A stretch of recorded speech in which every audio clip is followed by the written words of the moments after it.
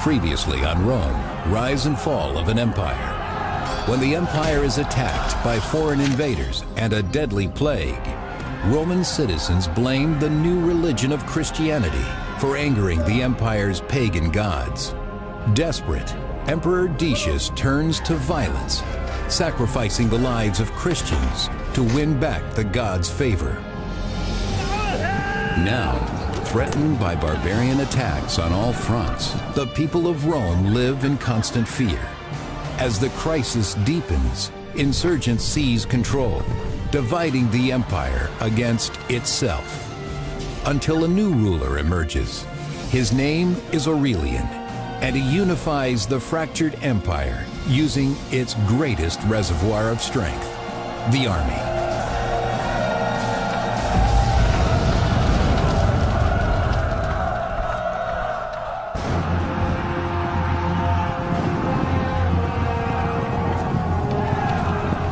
By the middle of the 3rd century, the Roman Empire is huge and relies on distant, isolated legions to protect every far-flung province.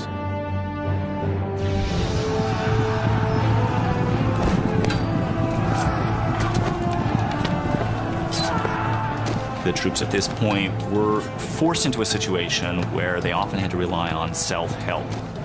The imperial superstructure was very far away from them. Emperors made it to frontier conflicts often after they had mushroomed entirely out of control.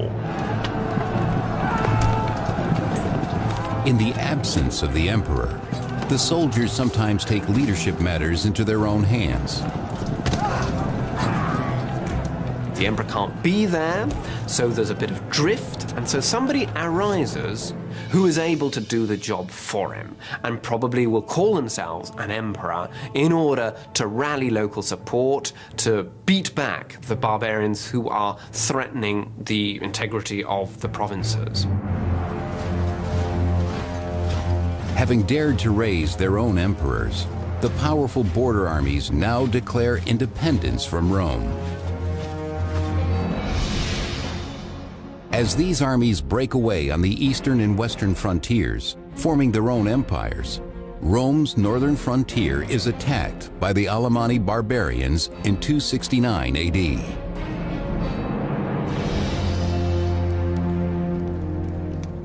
In his palace in Rome, the true Roman Emperor Claudius II is troubled by this devastating assault on Roman soil. Enemies from the other side of the Alps did more than invade the Roman Empire. For the first time in an extraordinarily long time, they actually crossed the Alps into Italy. Claudius seeks the advice of his powerful cavalry commander, Aurelian, a man whose military discipline is described by the 3rd century historian Vopiscus. Aurelian, from his earliest years, was very quick of mind and famous for his strength. He never let a day go by without practicing the spear, the bow and arrow, and other weaponry. Aurelian's skills will soon be tested as news from the frontier worsens. Distraught refugees from northern Italy bear witness to the devastation. With this invasion, the danger of a mutiny within the army becomes even greater. If barbarian people threatened to invade, then the local people would simply proclaim emperor whoever happened to be the military commander in the region at the time. In order to keep the northern frontier from breaking away as well, Claudius must act quickly to stop the encroaching Alemanni forces.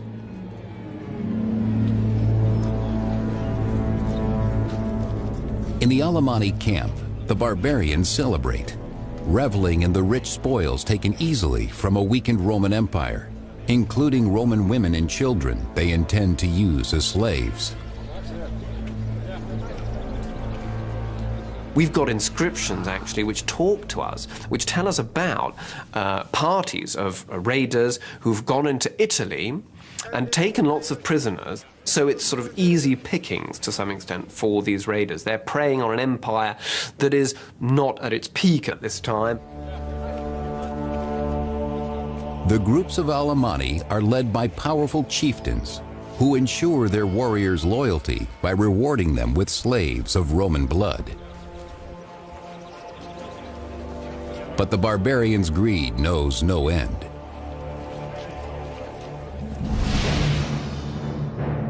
Emperor Claudius is forced to march his army from Rome, meeting the Alemanni warriors at Lake Garda in northern Italy.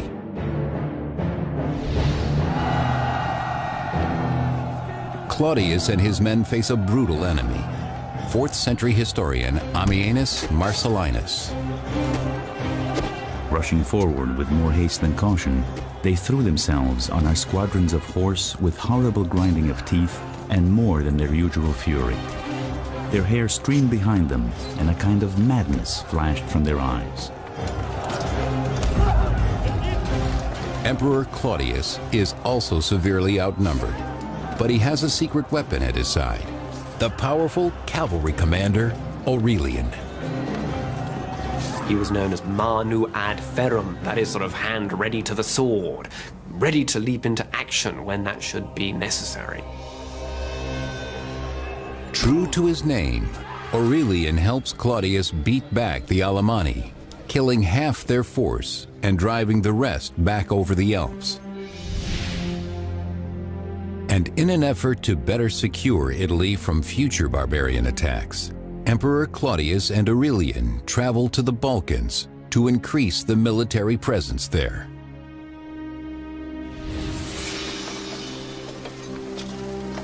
But while on campaign, Emperor Claudius contracts the plague. Claudius's reign was short.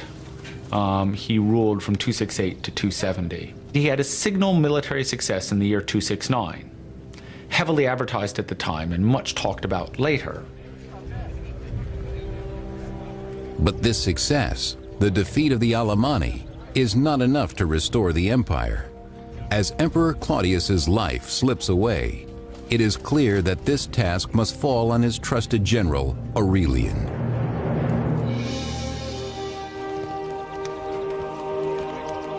He is declared emperor by his troops.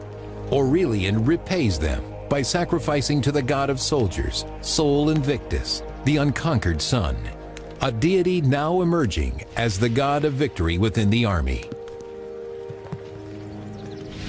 Whatever gives you the victory, whatever it is that's going to be beneficial, that's the wagon, as it were, you hitch your star to. A man of low birth, Aurelian now rises to the highest position in the empire because of his military brilliance, like many great generals before him. You can't be a civilian emperor by the middle of the 3rd century. You have to lead troops in battle. There's always some place where you've got to go and fight. Aurelian will need the loyalty of the soldiers and the strength of their god as he faces a familiar enemy. In 271 AD, the bloodthirsty Alemanni return, ravaging northern Italy and making it as far as Piacenza. Aurelian and his army race west to cut off the barbarians, sending ahead an offer to negotiate.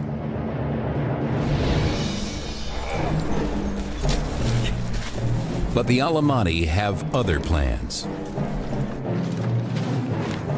He invited the barbarians to give themselves up, but reportedly they replied that they were free men and they could show him how free men can fight. Sure enough, at dusk, in the wooded area south of Piacenza, they ambushed the Roman army, which suffered heavy losses. In the forest, the Roman soldiers are no match for the barbarians. Why was an ambush such a successful tactic against Roman troops? And largely the answer lies in the form of organization of the Roman armies. They were trained, the discipline consisted in training them to actually fight in a line, in a formation.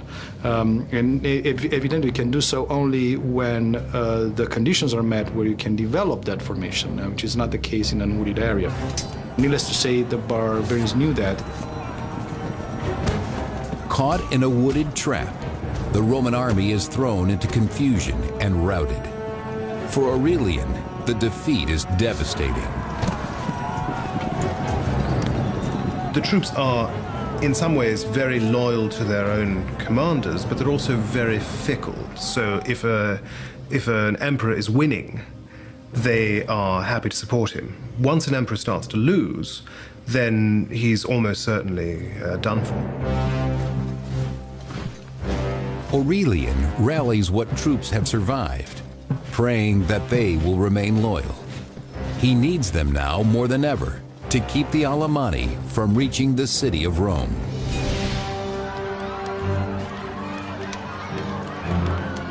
Terror grips the people of Rome as they fear the barbarians' arrival is imminent. Desperate, many flee the city. The defeat of the Roman army, or Aurelian's army, created panic in Rome because there was no serious force to stand between the barbarians and the city. Those unable to escape riot in the streets, enraged by Aurelian's failure to keep the barbarians out of Italy. The population of Rome does seem to have understood that becoming a vast city in the midst of an empire whose armies were concentrated at the frontier left them, as it were, peculiarly vulnerable if an army were actually to make it into Italy. But before the Alemanni warriors can reach the capital, Aurelian is finally able to cut them off at Fanum, 180 miles from Rome.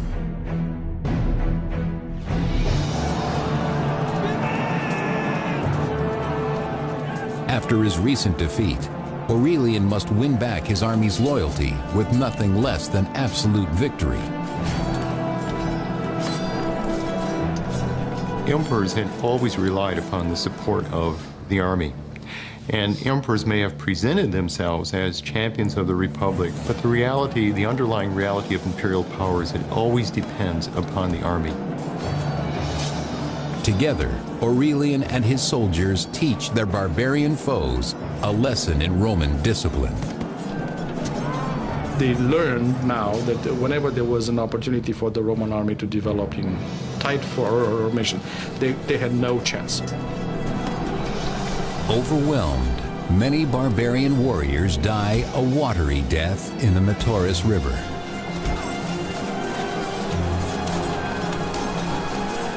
Aurelian's victory drives the Alemanni from Italy at last.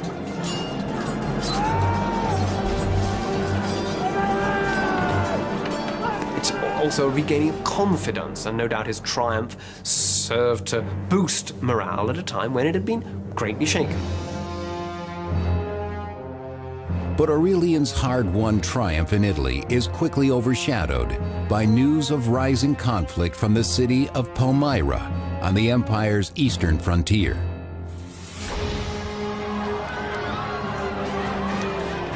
For more than 10 years, beginning well before Aurelian's reign, foreign invaders struck hard against Rome's eastern provinces, including Palmyra, threatening to break through the weakening border. And this ongoing flow of populations, some of whom were highly militarized and used quite different tactics than the Romans were used to, caused very profound problems in the eastern provinces.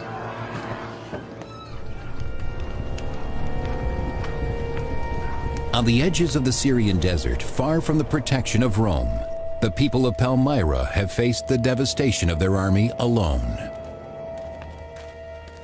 These opponents, they also are taking advantage of the absence of the emperor to take over, to roll back the frontiers, which they do successfully, and to extort payments from the Romans.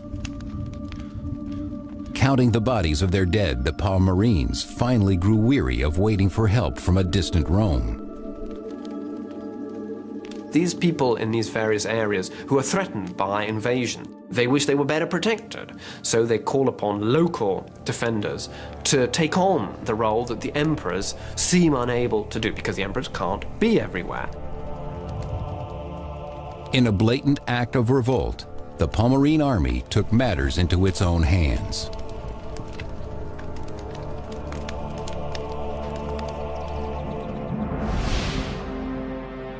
As a result, for the past decade, the eastern provinces have called themselves the Palmyrene Empire, breaking away from Rome. Now they make a direct threat against Emperor Aurelian by taking the fertile Roman land of Egypt.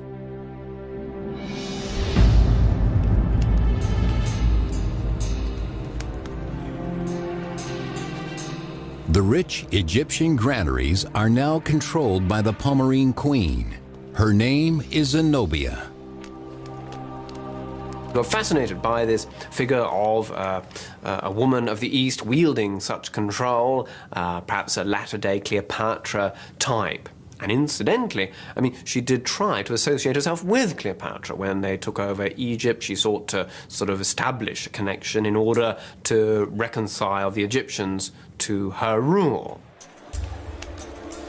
With Egypt under her thumb, Zenobia basks in her power, ordering the granaries to stop shipments of grain to Rome, cutting off one of the empire's main sources of food. Italy was, of course, the affective heart of the empire. It was where the empire began. But Africa and Egypt had long been the breadbasket of the empire. That's where the agricultural wealth was concentrated. Queen Zenobia, with her loyal general Zubdus at her side, now holds the empire's grain hostage, sending a clear message to Rome that the Palmyrenes are powerless no more.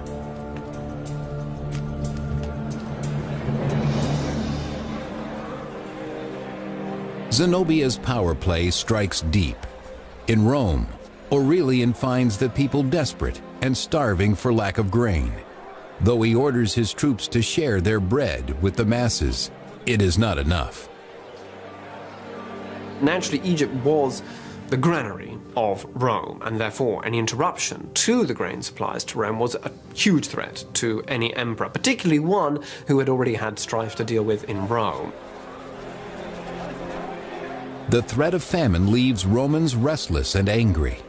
Having lost territory to the armies of the East and West, the empire now faces rebellion in Rome itself. Soon the Romans turn against their emperor Aurelian. The violence, by the way, that these rebellions sparked was on a level not seen since Republican times. Aurelian has no choice but to unleash his own savage warriors against the insurgents. You're fighting in Rome itself, you know, and this is civil war. This is something the Romans also fear, because they know how divisive it can be and how devastating it can be. Unaccustomed to battling inside a city, Aurelian soldiers struggle. Though virtually unbeatable on open battlefield, the Roman army once again shows its weakness when tight formation cannot be maintained. The actual war, the struggle itself, would have been in an urban context. And of course, for the Roman soldiers involved at Aurelian's disposal, this must have been highly unusual. I mean, ancient battles were not typically urban struggles, street by street fighting, and this is where your trained soldiers would have greater difficulty. But in the end, Aurelian puts down the revolt decisively. The 4th century historian Eutropius. Aurelian suppressed them with the utmost severity. Several noblemen he condemned to death. He was indeed cruel and bloodthirsty, and rather an emperor necessary for the times than an amiable one. Aurelian executes the rebel leaders, reminding the people of Rome that he is their ruler.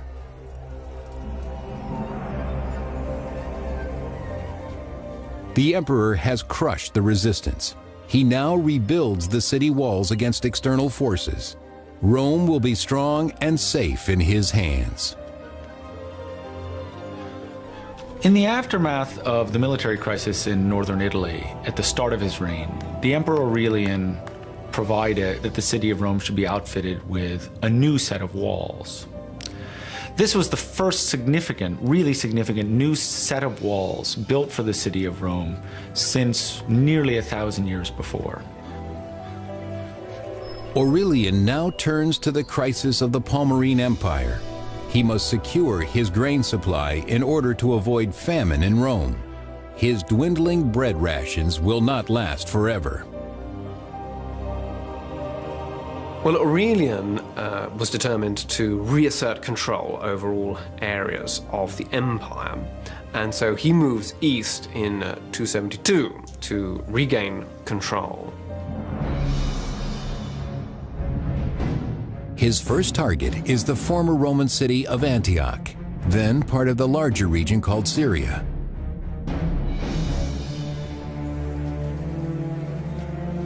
Antioch is a bustling city, invaluable to Rome as a wealthy center of trade. But now, under the control of the Palmyrene Empire, it becomes a safe haven for the fugitive queen Zenobia.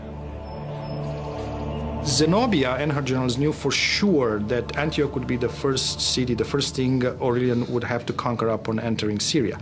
So she barricaded herself in the city, and Zabdas drew the army in the Orontes plain to the west of Lake Antioch. Zenobia enjoys her prestige, happy to let her generals ready themselves for war just outside the city walls.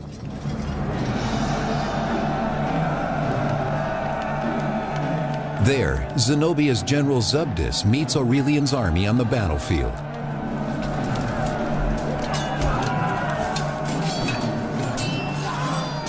You have walls of Romans moving in lines, man to man, fist to fist. You can't kill somebody until you look them in the eye. You've got arms getting cut off, hands getting cut off, damage to the neck, to the face. But as his infantrymen fall prey to the swords of the Palmyrenes, Aurelian knows his only chance is to outmaneuver General Zabdas. It is during this battle that Aurelian instructed his highly disciplined light cavalry to perform what later came to be known as the feigned retreat stratagem. Aurelian's light cavalry pretends to flee, tricking the Palmyrenes into giving chase, leaving the protection of the main lines behind them. At which point the Roman cavalry turned back and cut them to pieces. In any case, indeed, the Palmyrean cavalry was destroyed and the road was open to Antioch. General Zabdas orders the surviving Palmyrene troops to retreat. Zenobia and her generals head toward Palmyra. Aurelian gives chase, determined to catch the queen before she reaches her home city.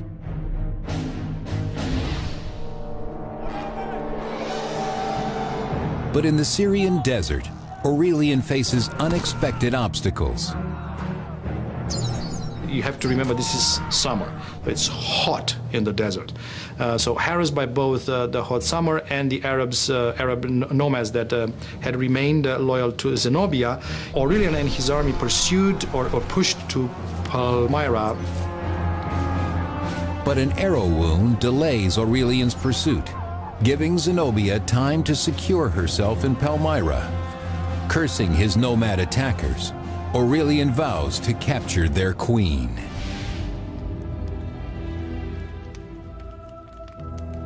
Now ordered to surrender by Aurelian, who has besieged the city, Zenobia writes him a scathing rebuke in the spirit of her model, Cleopatra. Whatever must be accomplished in matters of war must be done by valor alone. You demand my surrender as though you were not aware that Cleopatra preferred to die a queen rather than remain alive, however high her rank. Despite her bravado, The proud queen knows she is not safe for long in the city. She quickly packs for travel. Palmyra itself is not really ready for a siege anyway. They built some very hastily erected defenses, and clearly Aurelian has some support inside the city. It does not hold out for very long. Queen Zenobia and her general Zubdus slip away into the cover of darkness, eluding Aurelian again. In 272 AD, Zenobia races toward Persia, making it as far as the Euphrates River in modern-day Iraq. But Aurelian's soldiers are in hot pursuit. On the banks of the Euphrates, the queen offers the boatmen gold to cross the river, but even her desperate threats are too late to save her. She was intercepted and captured by the Roman cavalry. They took Zenobia, her advisors and generals, as prisoners of war and put them on trial. Bound to prevent escape, Zenobia knows she will soon face Aurelian.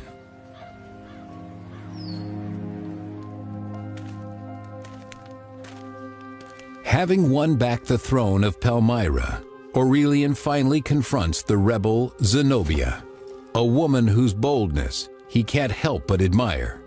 In his own words, "What manner of woman she is, how wise in counsels, how steadfast in plans, how firm toward the soldiers, how generous when necessity calls, and how stern when discipline demands."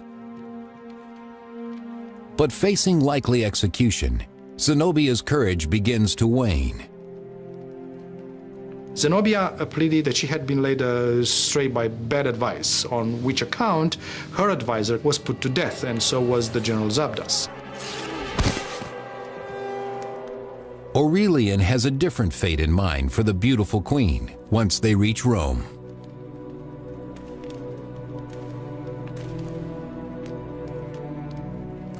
But before leaving Palmyra, Aurelian visits a temple where he will pay tribute to one god alone, the god of soldiers, Sol Invictus, who has ensured his victory on foreign soil.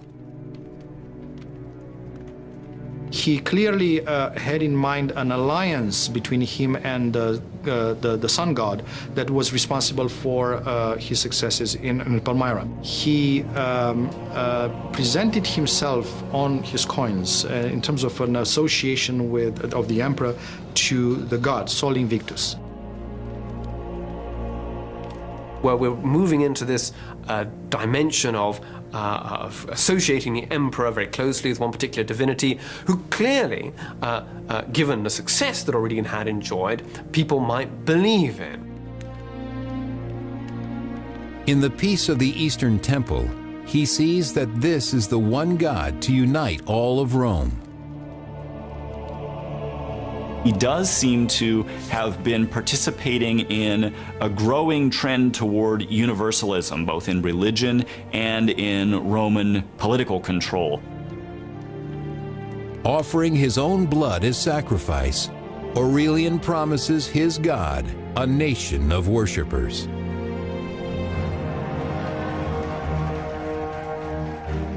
Having taken back the East and restored Rome's ration of free bread, Aurelian is welcomed back to Rome, a hero. It may have signaled to the Romans an end to what had been nearly a half-century of sequence of military catastrophe, followed by recovery, followed by catastrophe, followed by illusory recovery again. Aurelian has another purpose in Rome. He will use the riches taken from the East to establish the soldier's god, Sol Invictus, as the single deity of the empire. Work soon begins on a new temple. He actually put the new cult on a par with the official state religion in Rome. He built a magnificent temple for Sol in Rome, which he furnished with the spoils from Palmyra. But religion must wait for now. Aurelian has more battles to fight before the empire is fully restored. To the north, the Roman territories of Gaul and Britain have fallen under the unlawful rule of a mutinous Roman army that calls their dominion the Gallic Empire.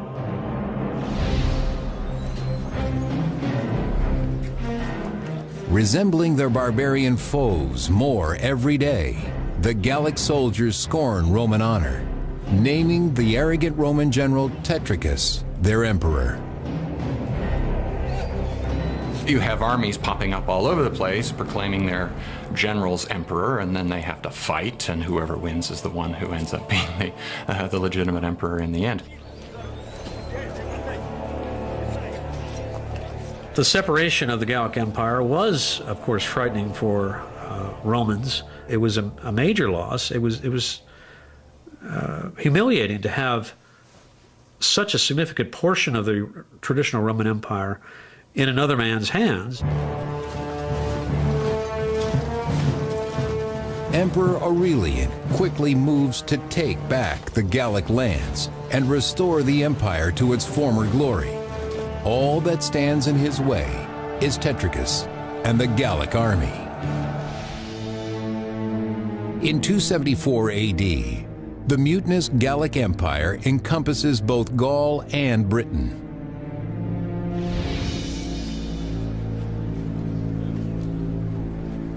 There, the soldier Emperor Tetricus and his army have become indistinguishable from their barbarian enemies. Undisciplined, they revel in the torment of their prisoners. The job of soldier emperor was tremendously dangerous because they're in power only because they are proclaimed by their troops. But it's a very difficult thing once in power to maintain that, because you have to avoid internal conflicts with other potential generals who see themselves as possible emperors. Tetricus cannot show any weakness to his troops.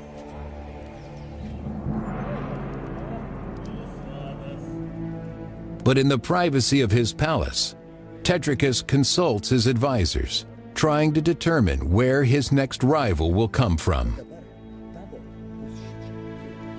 Tetricus himself had survived over the previous several years a number of internal disputes, some actually leading to considerable bloodshed among rival leaders in the Gauls.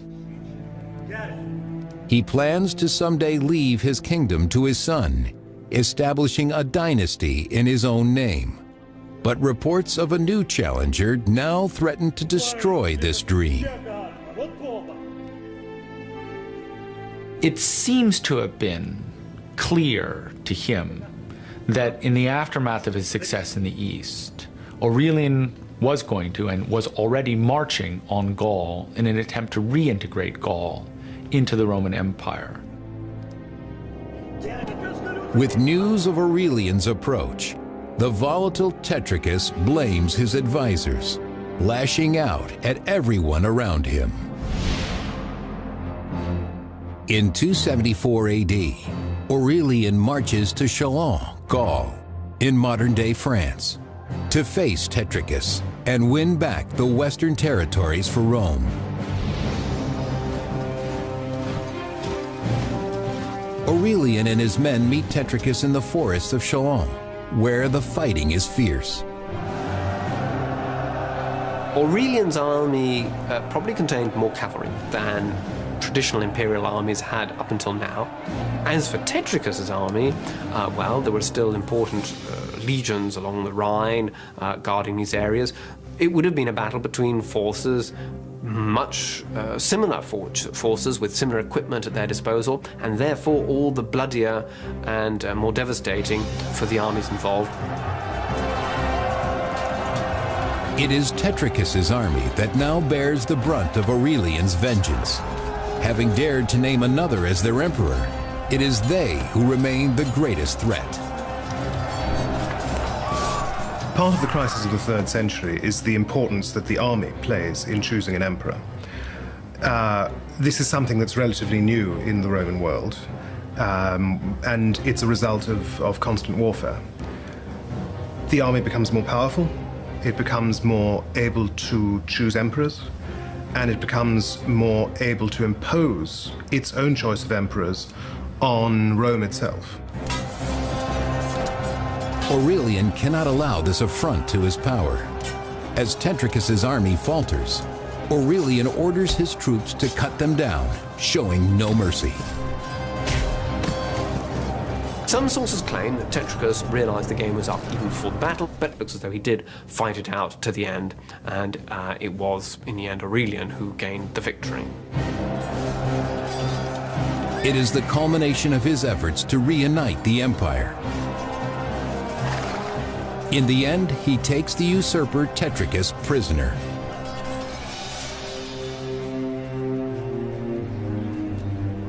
And as with Queen Zenobia of Palmyra, Emperor Aurelian spares Tetricus's life.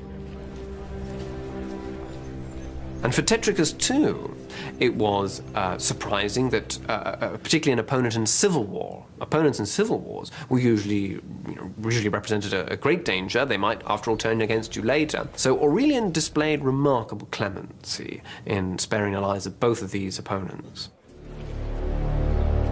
Tetricus's Gallic army is not so lucky, for it is they who have raised a rival emperor in the West, and now they will pay the ultimate price for their treason. Aurelian was a great disciplinarian, it seems. He tolerated no mutinies on the part of soldiers. He drove them hard, but was respected by them. To maintain his own soldiers' respect, Aurelian knows his punishment of the captured Gallic soldiers must be brutal and complete. Not one is spared. Aurelian was both a successful military commander and in some respects, as perhaps one had to be, a fairly savage one. And yet, his treatment of Tetricus was remarkably generous. It is in this generous spirit that Aurelian returns victorious to Rome.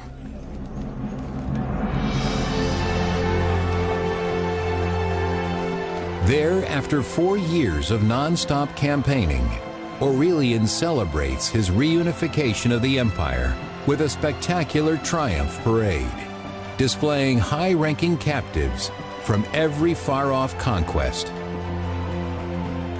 There's all sorts of other lore that goes with this ceremony, which mark it out as distinct and in some way both as barbaric and awesome. The presence of the emperor Aurelian in Rome, and the presence of the emperor in order to celebrate an actual military victory, was a novel event for its entire generation. The defeated usurpers Zenobia and Tetricus are paraded as well, evidence of Aurelian's successes in the East and West. It was a humiliating spectacle to be paraded through Rome as a captured enemy leader. It implied, as it were, that probably you lacked the courage to have died in battle. Humiliated though they may be, Zenobia and Tetricus and the other captives are allowed to live by the generous Emperor Aurelian. He also shows his generosity to the people of Rome.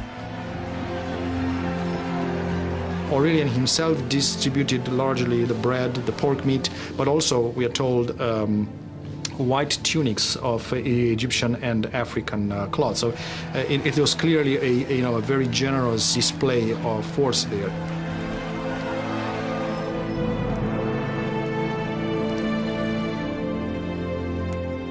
Grateful in his triumph, Aurelian consecrates the temple he has built for the god of soldiers, Sol Invictus, whose power and favor he believes have made him invincible. Many scholars believe simply that this was trying to enforce conformity among the peoples of the empire for political purposes and also for religious purposes, and those two things are not that easily separated in the mind of a Roman. Aurelian decrees this day, December 25th, will be celebrated each year as the birthday of Sol Invictus. Later emperors, also seeking to unite Rome with religion, will adopt this date for the birth of Jesus Christ. Even now, over 1,700 years later, this once pagan holiday is celebrated as Christmas around the world. Throughout the empire in the 3rd century, there's clearly a movement towards monotheism, towards different cults that believe in a single god, and sometimes in a single redeeming god.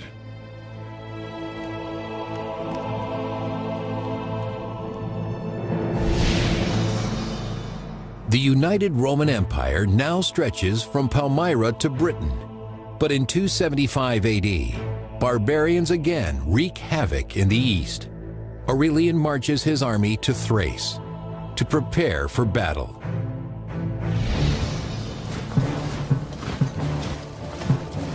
Aurelian is a fascinating figure. He was a very energetic and dynamic individual. If you think of all the places in which he campaigned in his life, he must have had tremendous energy. It is this drive and energy that earn him the loyalty of his troops. Aurelian is very successful as a military leader. He knows his troops. He works very effectively with them. I'm sure he rewards them on a regular basis. He can, I think, depend on a significant ongoing support from the soldiers. They trust him. You know, they see him as their leader. Having brought these soldiers the glory and honor of unimaginable victory, Aurelian never suspects the betrayal that festers among their ranks.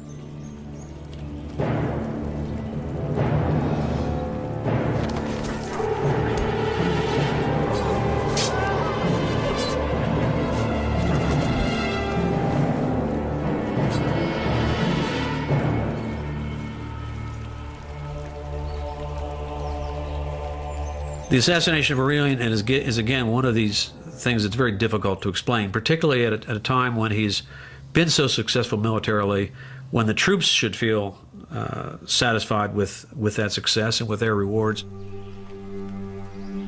Their treacherous act leaves the empire in shock. As far as we know, the news that the emperor was dead were received with disbelief. And a lot of sadness. He was buried with great pomp in a magnificent tomb at the very spot where he was assassinated. Rome mourns the loss of a great emperor, one who has saved the empire from certain collapse. I think Aurelian's importance lies in the fact that it's the beginning of the Roman recovery, of the, as it were, the central Roman machine coming back to life, and he managed to reunite the empire, to bring it all under his central control. But in the end, not even the god of soldiers could protect him from the swords of traitors. And the empire he had worked so hard to unite fragments again. Next on Rome, rise and fall of an empire. Inheriting an empire ravaged by barbarians and torn apart by rival emperors, one man will emerge victorious. His name is Constantine. Fighting under the banner of a new god, he brings unity to a divided Roman Empire.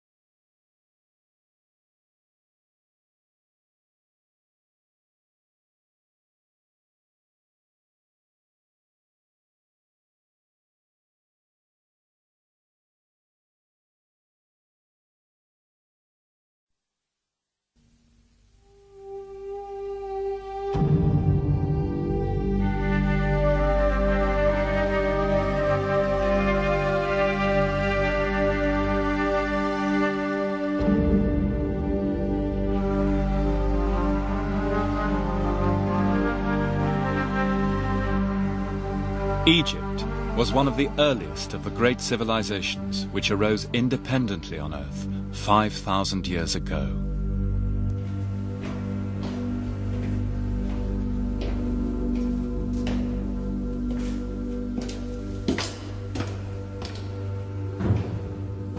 The monuments the ancient Egyptians left behind, like this, the Great Pyramid of Khufu at Giza, are still among the most impressive and the most long-lasting creations of humanity.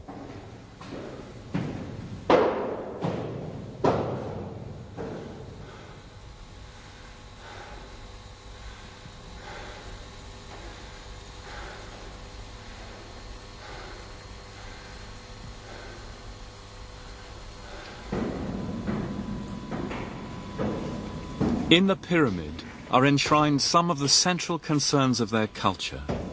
Concerns shared by all civilizations, even by the modern West. But no civilization held them for longer or more tenaciously than the ancient Egyptians. Over the last 20 years, we in the Western world have become painfully aware of how our well-being is inextricably bound up with that of nature. And that understanding has given us a fresh insight into the psychology of Egyptian civilization, their attitude to religious cult, to rulership, to the afterlife, and to the idea of the unchanging stability of the cosmos. And what more dramatic illustration can there be in the whole world than the Great Pyramid, and this room in particular, of the human yearning for immutability, for the human concern for life after death. And the fact that this place has the power to move us so much after so many millennia, whatever culture we come from, is a testimony surely not only to its grandeur of conception and execution, marvelous as that is, but also to the fact that we still share the impulse which lies behind it. And in that sense, we of the late 20th century, for all our modernity, are still Bronze Age people.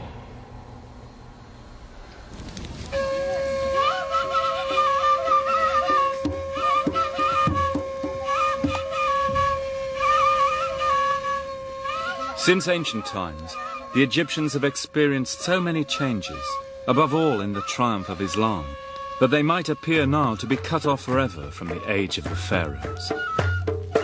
But perhaps there is a deeper sense in which a society's ideals are passed on, a habit of civilization.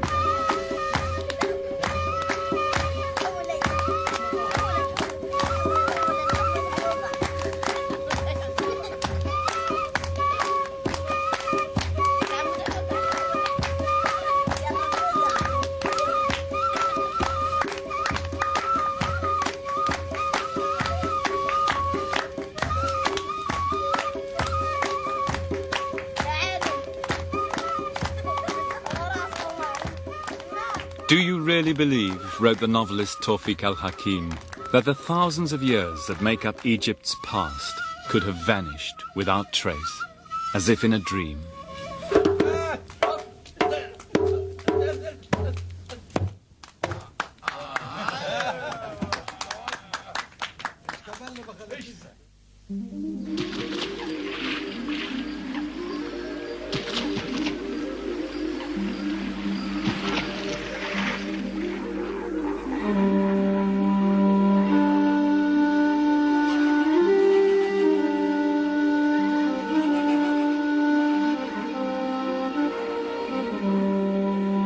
The Nile, said the great Arab traveller Ibn Battuta, surpasses all the rivers of the world in sweetness of taste, in length of course and utility.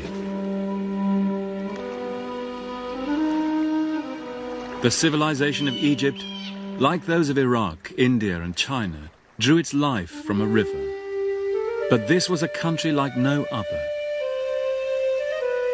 Running for 600 miles between dunes and cliffs, a narrow ribbon of blue water and green fields, on average only 6 miles wide.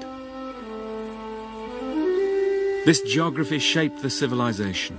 Where the spirit of Iraq was pessimistic, here when the Nile flooded each year, as the ancients said, the fields laugh, men's faces light up, and God rejoices in his heart.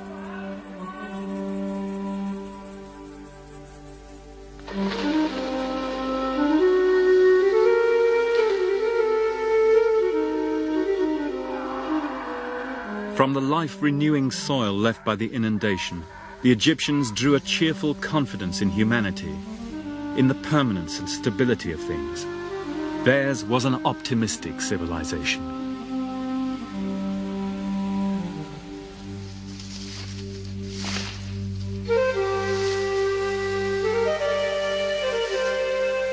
Their civilization grew out of a long prehistory of culture in the Nile Valley. The coming together of many small egalitarian farming communities. Communities sustained as today by a hard-working peasantry, tilling the soil, creating an elaborate filigree of ditches and dikes to capture the annual flood. The Aswan High Dam, built in 1970, may have changed this age-old rhythm, but today's Egypt still depends on the tillers, the fellahin, and what the ancients called the Black Earth.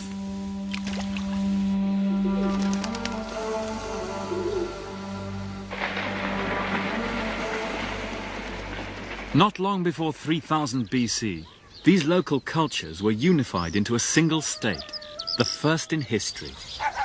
And here at the very beginning, there are clues which will determine the shape of Egyptian civilization, right down to the Islamic period. Our search begins in an obscure little village in Upper Egypt called Qom el Ahmar, the Red Mound.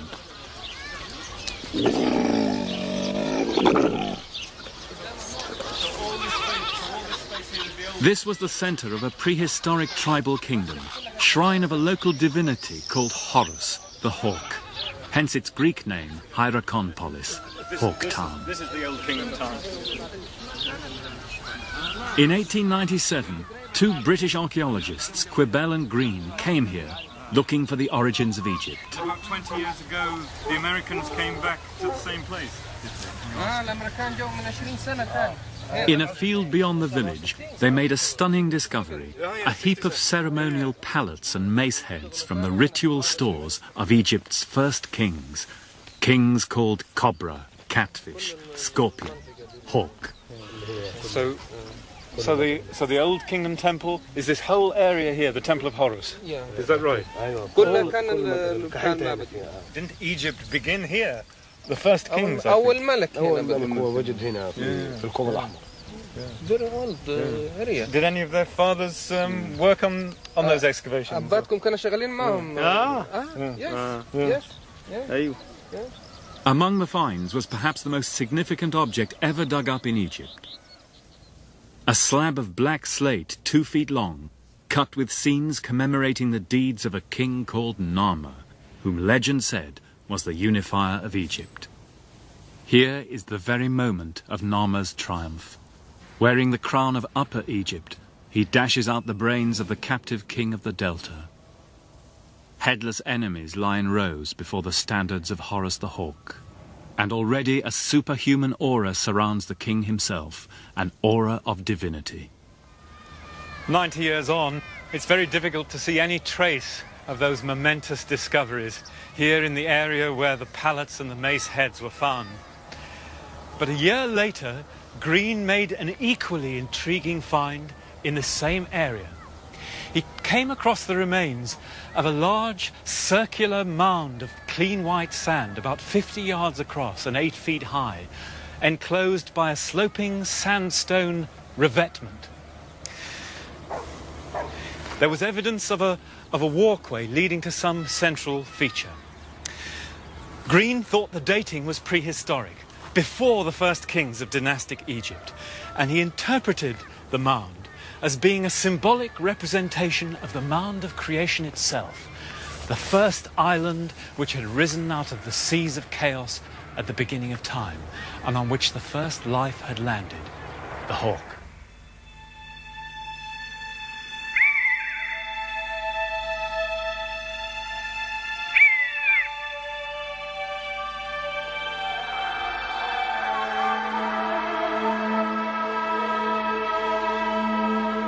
The divine kingship of Horus would last as long as ancient Egypt itself. Here in the great temple at Edfu, that same creation myth would be expounded in loving detail for colonial Greek overlords nearly 3 millennia after Nama's day. It was at the heart of the Egyptian conception of civilization. Every Egyptian temple, then, was a symbolic representation of that original mound of creation with that simple reed shrine surrounding the perch on which the hawk had landed, which was created at Hierakonpolis. And no matter how big the temples became in later ages, the Holy of Holies was still that simple reed shrine, depicted here at Edfu 3,000 years later. You can make out the line of reeds surrounding the chamber in which the image of the hawk was kept.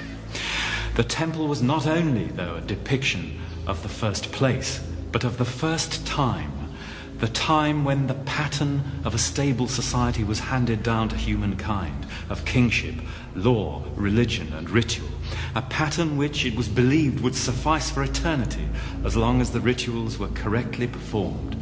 The universe then and civil society were conceived of as static.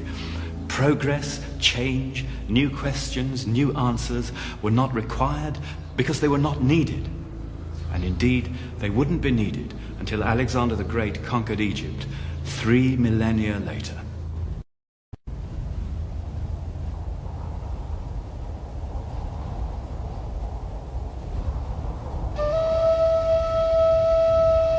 For the Egyptians, then, divine kingship was the guarantee of a stable cosmos.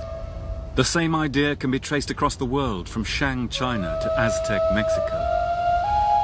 And here at Abydos, those first kings of Egypt were buried with immense brick mortuary temples, like earthly palaces. And so the key themes of Egyptian history were laid down. Centralized power, royal rituals, and the cult of the dead intertwined to form the ideology of the world's first state. Themes still potent, even in our own day.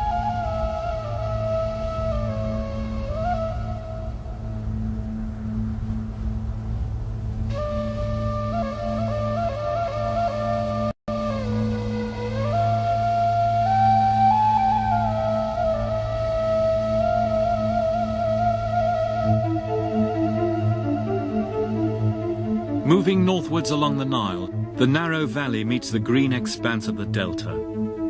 At this strategic point, close by today's capital, Cairo, the Horus kings built their royal city, Memphis.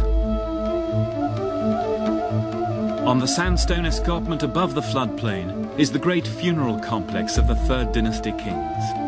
Here at Saqqara, the mud brick architecture of Abydos was turned into stone.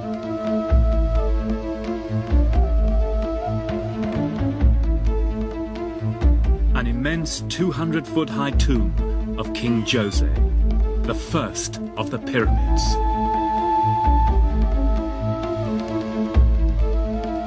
In a handful of generations around 2500 BC, a series of gifted kings, Huni, Senefru, Khufu, Khafre, building bigger and bigger as each seems to try to outdo his predecessor, created the greatest series of funeral monuments the world has ever seen.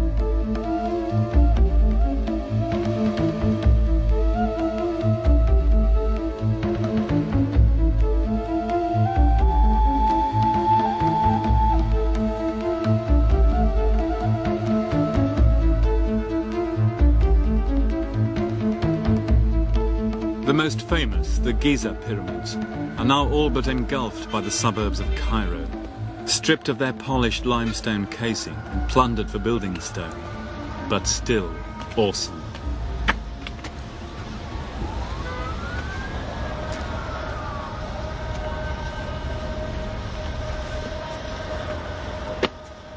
There are many myths surrounding the building of the pyramids. The Hollywood epic version had slave gangs whipped along by tyrannical masters. But Egypt was not a slave society. The mass of the workforce was not enslaved. In a long reign, it was perfectly possible for a government to mobilize huge-scale state employment to build such monuments, using the workforce in the wet season when the Nile flood left idle hands.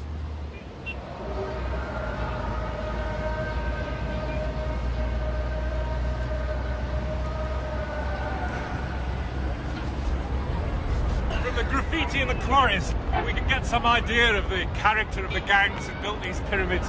The tough gang, the boys who stay forever, Khufu's boys.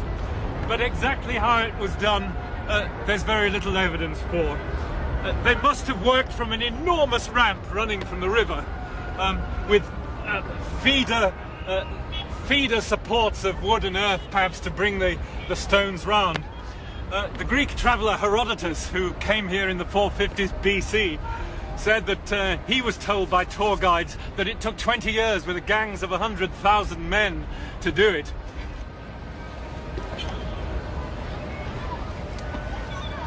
The ancient Greeks, with typical cockiness, called them pyramids after the triangular cakes they knew back home.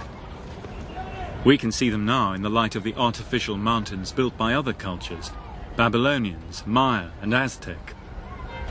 For all civilizations have sought validation for their power over the masses by creating great public symbols.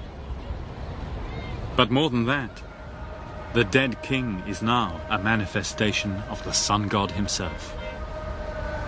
When the construction job was finished, the pyramids were covered with a case of fine Tura limestone. And although most of that has disappeared over the centuries, you can see over there on Khephrun's pyramid, the top coating is still there. That's what they looked like. But what were they for?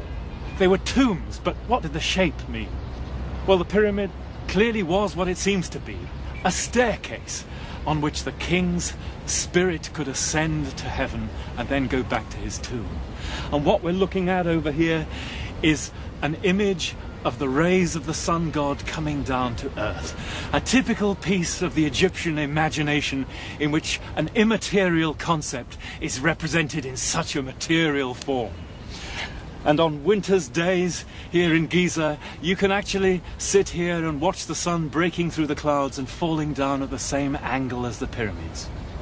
A stairway to heaven then, the rays of the sun on which the king, nimble and wise, could ascend to the indestructible stars.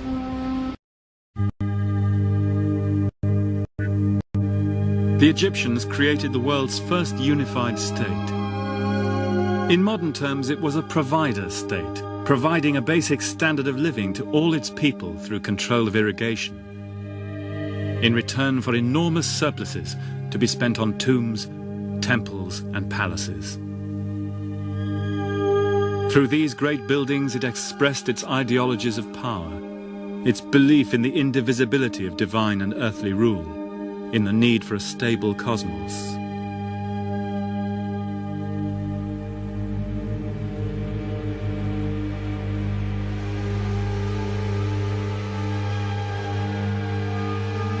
Such ideas may have been essential needs of civilization at the start. And yet even today, almost all of us still live in nation-states with some or all of those same characteristics. Our thinking is still shaped by their religious and social myths, and especially by the myth of the great ruler, king or god. For it was in his name in the Bronze Age that the many surrendered power to the few, to live in the condition in which most of the people of the planet still live today.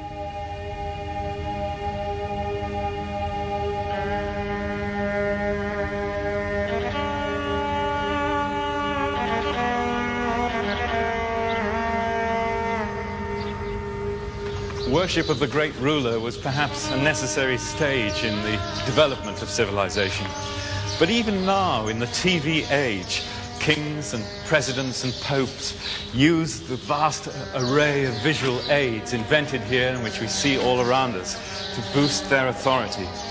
And do we not still engage in ruler worship ourselves whenever we cheer a presidential motorcade as it sweeps by, or celebrate the jubilee of the Queen of England as she passes escorted by beefeaters in 16th century costume, or watch musketeers give an antiquated salute on the White House lawn? Perhaps then we are only just emerging from the spell of the Bronze Age revolution which created civilization and shaped our ways of thinking. In the long term in history, we are perhaps still too close to them to see ourselves as we really are.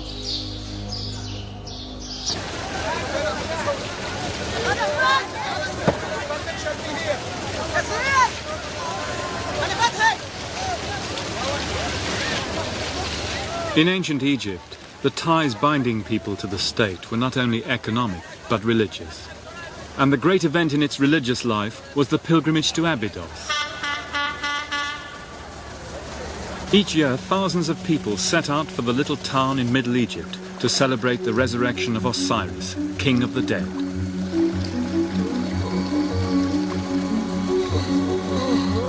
The pilgrimage provided a focus for the feelings of ordinary Egyptians. And rather like Hindus today at Benares or Shia Muslims at Kerbala, many asked to be brought to Abydos for burial.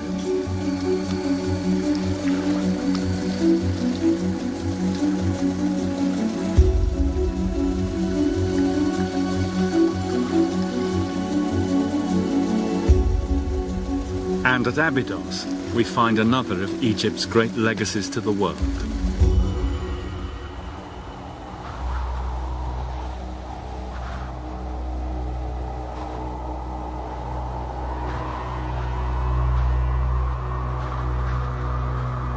It's still a haunting place, cradled in an immense curve of the western cliffs, the realm of the dead. A holy place since prehistory.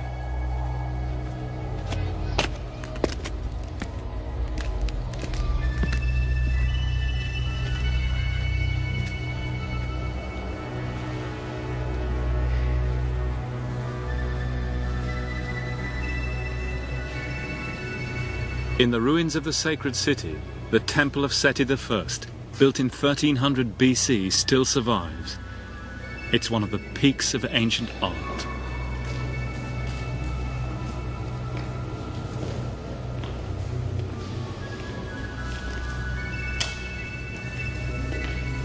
Moving from daylight into its darkened inner sanctum, the visitor has an uncanny intimation of a still active residue of spiritual power.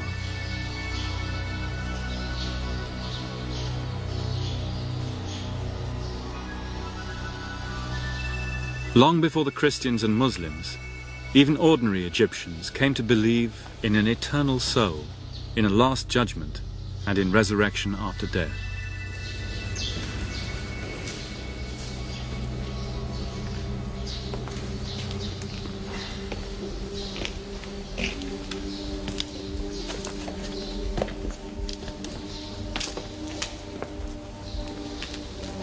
These great conceptions were acted out in a public passion play at Abydos, and are depicted on the temple walls here as a rite of passage for King Seti himself. Here too are many motifs familiar to Christians, especially the role of the Divine Mother, Isis. Here Isis is caressing Seti on her knee, and she says to him, "You're my son, come out of me. I have nourished you that you may be lord of the two lands. I have made your body strong in victory against all the enemies who may come against you. Your Majesty is king of eternity, a falcon abiding forever." And here's Isis giving the breath of life to Seti, and above her, her words are, "You have made your mansion, your temple, to magnify our nature, and adorned it with all kinds of excellent stonework. And your reward for this will be the lifespan of the sky, or as long as Abydos shall exist." At first sight, these gestures and actions may seem rather archaic and bizarre. But if you just step back a little and think, for example, what a Muslim or a Buddhist or even a Protestant would make of seeing for the first time a solemn Roman Catholic Mass, then a lot of those tender gestures, which are so familiar to Christians, would lose their meaning. In all religions in the world, simple and often strange gestures can carry profound truths. And it was just the same in Egyptian religion, which certainly did not lack ethical content. But the key to understanding the function of this great building lies in these little chapels just at the end of this room. In this inner shrine is the climax to the whole ritual. It's concerned with the installation of King Seti, not only as Osiris's heir as a living king, but with his union with Osiris after death. And here, Isis and Horus perform rituals for him, and Seti is now dead and deified. Here he's represented as a mummy in a white wrap.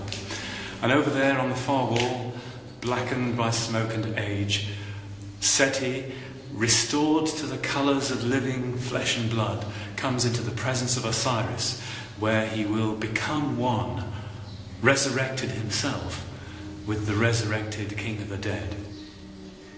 So the simple and strange gestures reveal a simple yet profound message. A belief in righteousness on earth, in the Last Judgment, in eternal life, though not in damnation, which had no place in the Egyptians' optimistic view of things.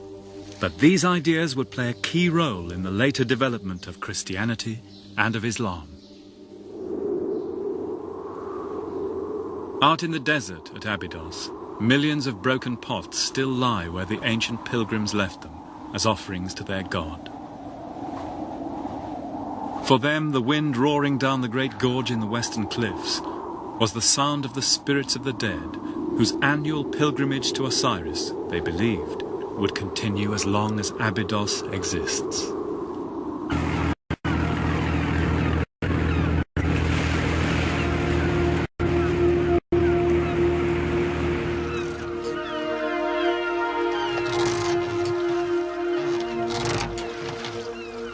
In 332 BC, Egypt was conquered by Alexander the Great. And then Egyptian civilization turned away from its immemorial roots towards the sea and a wider world.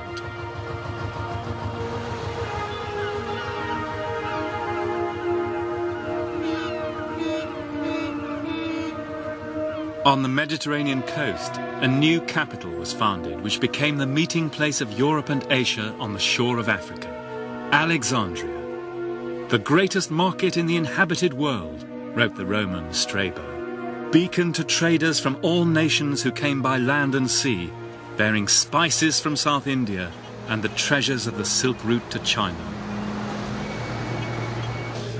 It's paradise here, said the poet Herodas. You can get anything you want. Money, shows, games, women, wine, boys, the best library in the world. In short, all earthly delights.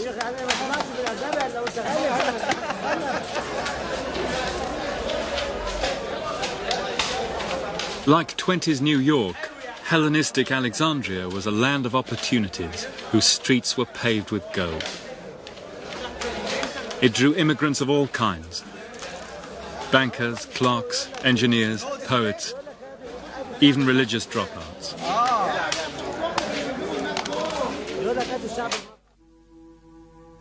These extraordinary mummy portraits allow us literally to look into the eyes of such people. Even we feel to sense their hopes and fears. Vain and violent, rich and prosperous, it was said, they've only one god here, Mammon.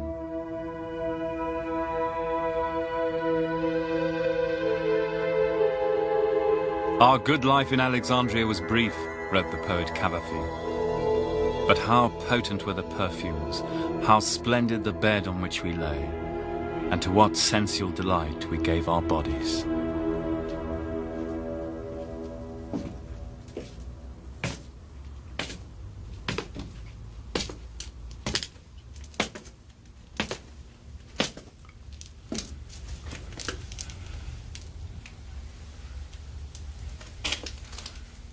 Down here in the catacombs of Alexandria, you can still enter that weird and wonderful world where Egyptian and Greek and Jewish and Oriental religion and magic met and intermingled.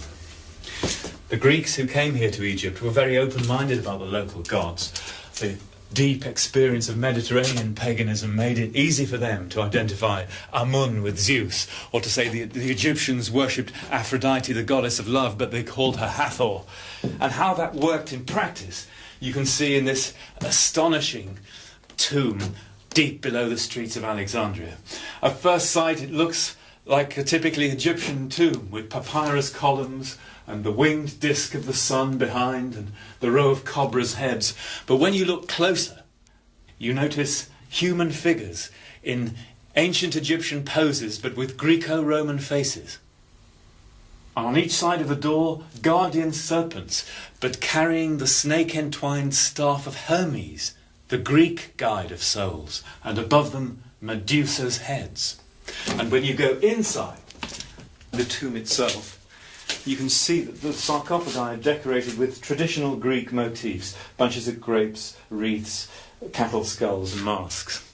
But above them are the ancient gods of Egypt. There's Isis protecting the sacred bull with her wings, and over here Thoth, the god of wisdom, the falcon-headed Horus tending to the mummy of the dead, and here even the jackal-headed Anubis, the guardian of the dead, wearing Greco-Roman military gear.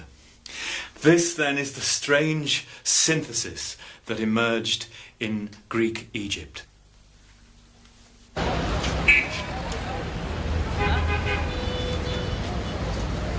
It was said that Alexander had hoped to create a new world order based on his multiracial ideal of brotherhood among nations.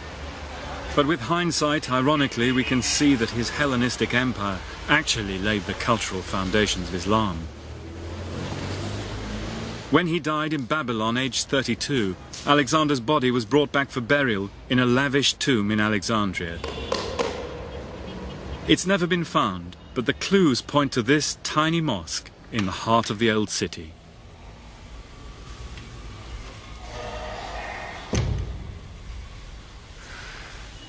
An Arab traveller who came here in the 9th century AD described this place as the Mosque of the Two-Horned Prophet, a strange echo of the ram's horn helmet with which the Egyptian priests of Amun had crowned Alexander the Great. And through the Middle Ages, it was revered not only as the tomb of the prophet Daniel, which is still down there, but also as the tomb of the king and prophet Iskander, Alexander the Great himself.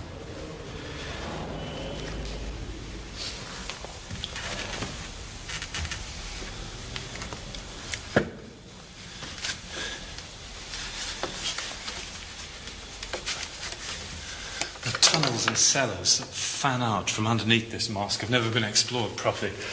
But that's not really surprising. The city's absolutely honeycombed with them, and they're really dangerous.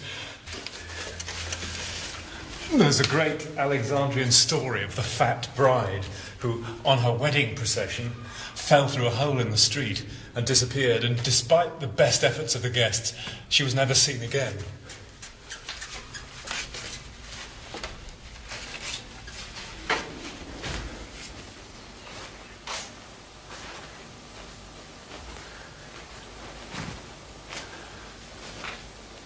In 1850, a servant at the Russian consulate came down here and got lost in the corridors.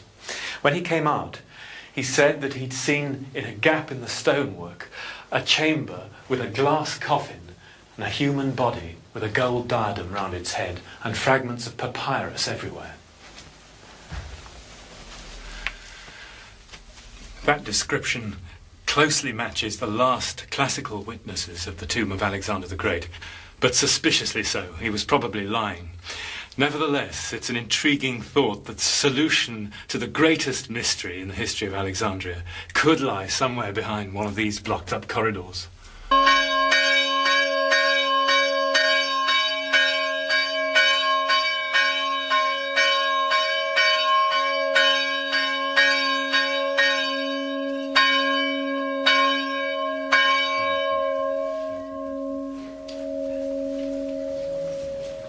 It's 3 a.m. in the remote monastery of St. Paul, near the Red Sea. The monks begin their devotions before dawn.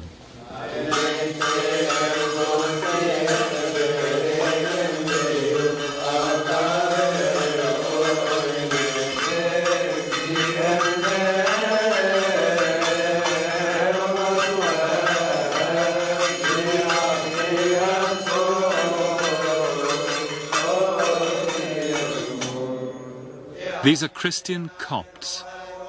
Their name means Egyptians, and their language and music contain survivals from pharaonic times. Their culture goes back to the early centuries AD, when Egypt became part of a Christian Roman Empire. And even today, they represent nearly 10% of Egypt's population. This church was founded in the 3rd century AD by St. Paul the Anchorite.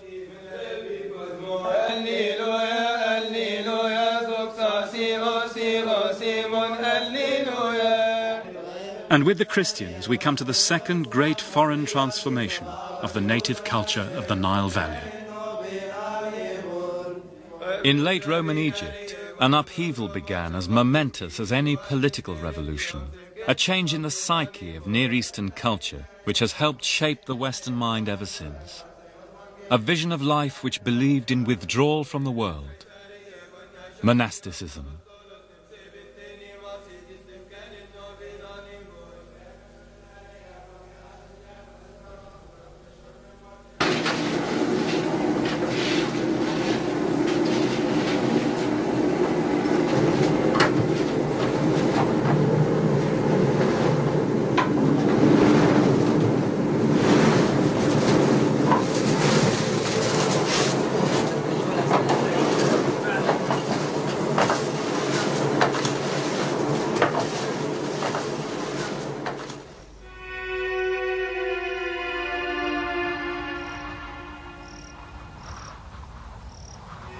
At this time, the blue water and emerald fields of the Nile Valley were exchanged for the inhospitable desert. There are strange parallels with our own time, in the widespread feeling that civilization itself had failed.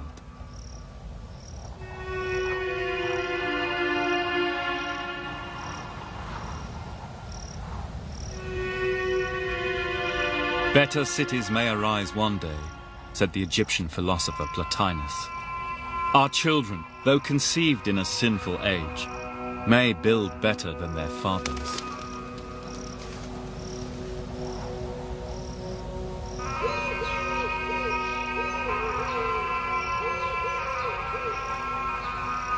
And so the old fabric of pagan culture, the stable cosmos which had sustained Egyptians for so long, was eroded by Christianity, with its appeal not to a great earthly ruler, but to a distant high God.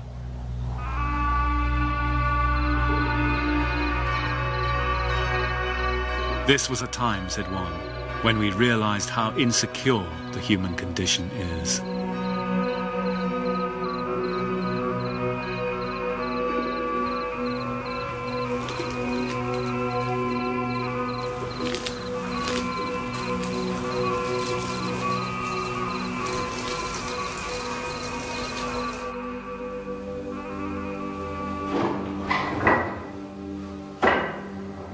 These fateful changes were mirrored in the way people saw the world.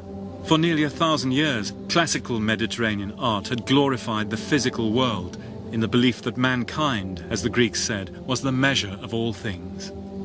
Now artists retreat into a crude language of symbols.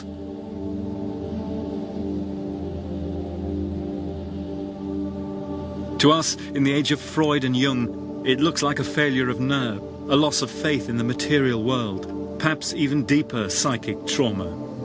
Everything has gone, said Cyprian. Honesty, friendship, skill in the arts, standards in morals. This vast and wonderful world is heading for destruction.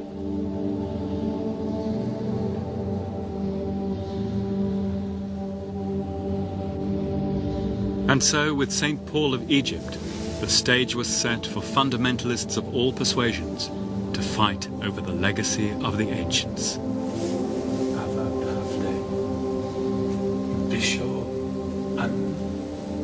Anachorites,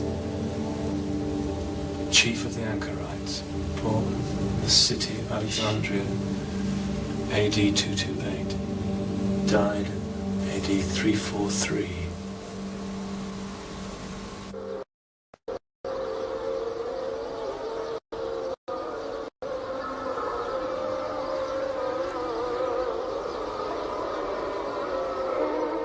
A revolution of the mind was now in process. And out of this crisis, a new religion would emerge as the dominant culture of the whole region. In 641, Egypt was conquered by Muslim Arabs bearing a new gospel, that of the Prophet Muhammad. And here in Edfu, the town of Horus, ordinary Egyptian people in their mud brick slums around the temple soon began to abandon the uncertainties of the past for the certainties of a single God, Islam. And so, here in Edfu, in Upper Egypt, as throughout the Mediterranean and Near Eastern worlds, the Christians and the Muslims were the inheritors of the ancients. And their belief in a single God, which the muezzins are chanting now from their minarets, developed out of a tendency long apparent in the ancient world. For the Catholic papacy, the Muslim caliphate, the Orthodox churches of the Greeks and Syrians and Copts all stem from the attempt of men to rule their fellow men and women under a distant, high and all-powerful God. And the effects of that tremendous revolution at the end of the late antique world still shape our lives today. The last Greek religious papyrus from 7th century Egypt sets the seal on that revolution. For it gives in Greek the very words we can hear around us now. In the name of God, the merciful and the compassionate, there is one God and one God alone. And it goes on in Greek, Mahmed, apostolos Diou. Muhammad is the apostle of God. With that, to all intents and purposes, the world of the ancient Egyptians had passed.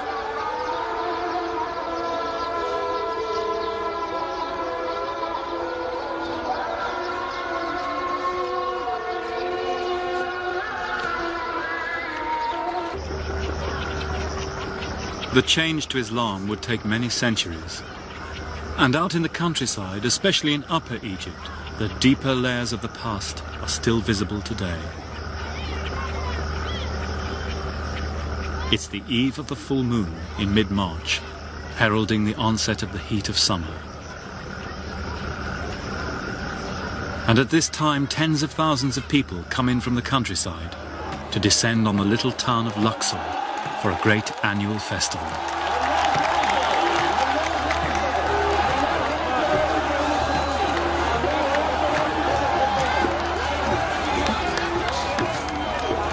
Up here, people still celebrate the ancient feast days, the spring festival, the rising of the Nile, and especially the 40 days of mourning for the dead. But this is the biggest. It's a Muslim festival for an Islamic saint, but it takes place at a mosque inside one of the great pagan temples of ancient Egypt. The Coptic Christians take part too, for they also once had a church inside the temple.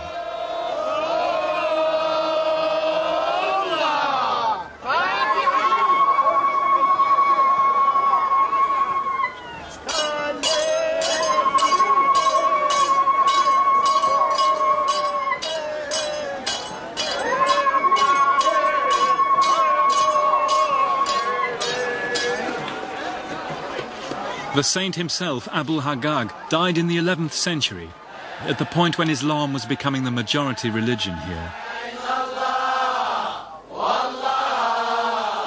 His tomb inside the mosque has been a place of pilgrimage ever since. As everywhere, orthodoxy may demand one thing, but what the people do is another matter.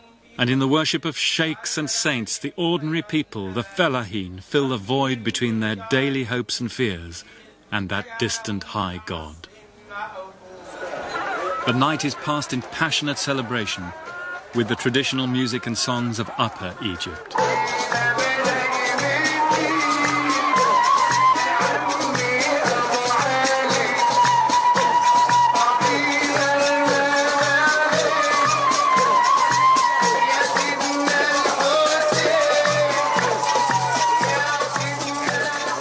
The two lands may have been united 5,000 years ago, but the south is still a distinct country, and tonight a man from the Delta would be a complete stranger here.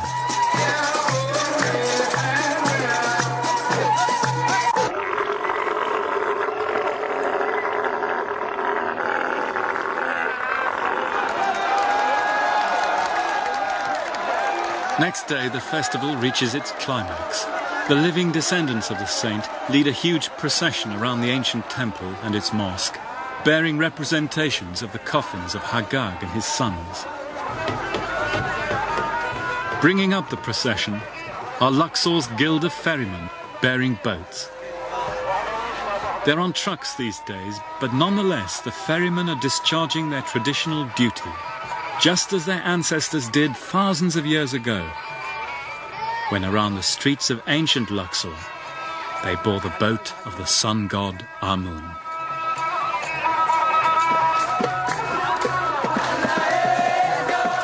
The day ends not in solemnity, but in carnival and license.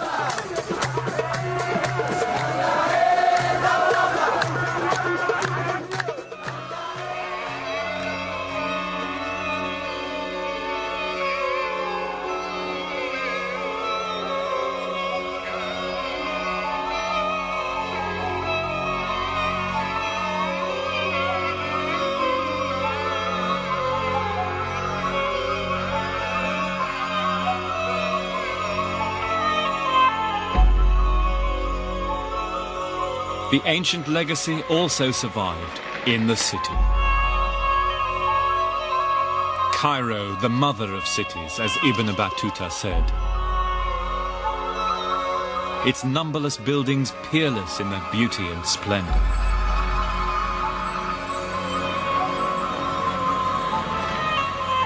The meeting place of travelers, shelter of the strong and weak, whose throngs of people surge like the sea.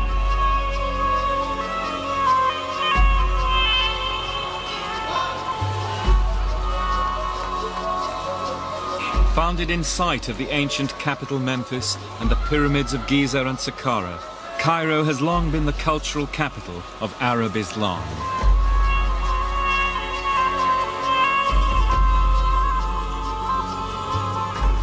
And here too, even today, in its mosques and universities, we can still find a living link with the world of the pharaohs.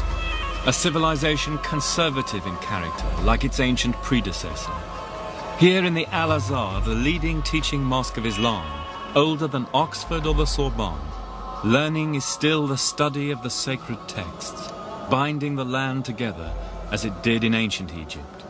In city and countryside, then, the modern Egyptians still do some of the things their ancestors did, for all the apparently cataclysmic breaks in their history.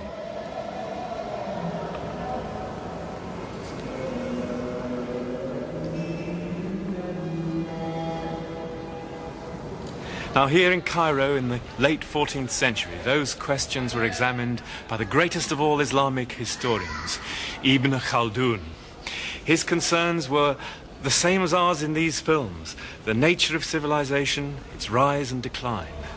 He considered that settled, cooperative human life was the goal of civilization, that it went in cycles of growth and decay, like all forms of life. He thought, incidentally, that overconsumption in society was an inevitable cause of decline, but that under certain favourable conditions of geography and climate and the character and customs of the people, culture could acquire a rootedness that he called the habit of civilization.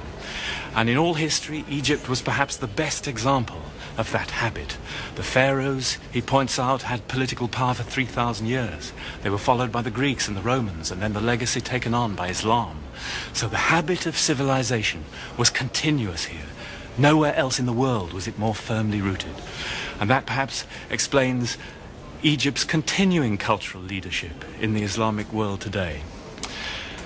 At the beginning lay the early Egyptian state, the first comprehensive attempt in human history to satisfy the needs of men and women to live together in an ordered state with a degree of happiness and material well-being. And so far, it's been one of the most successful.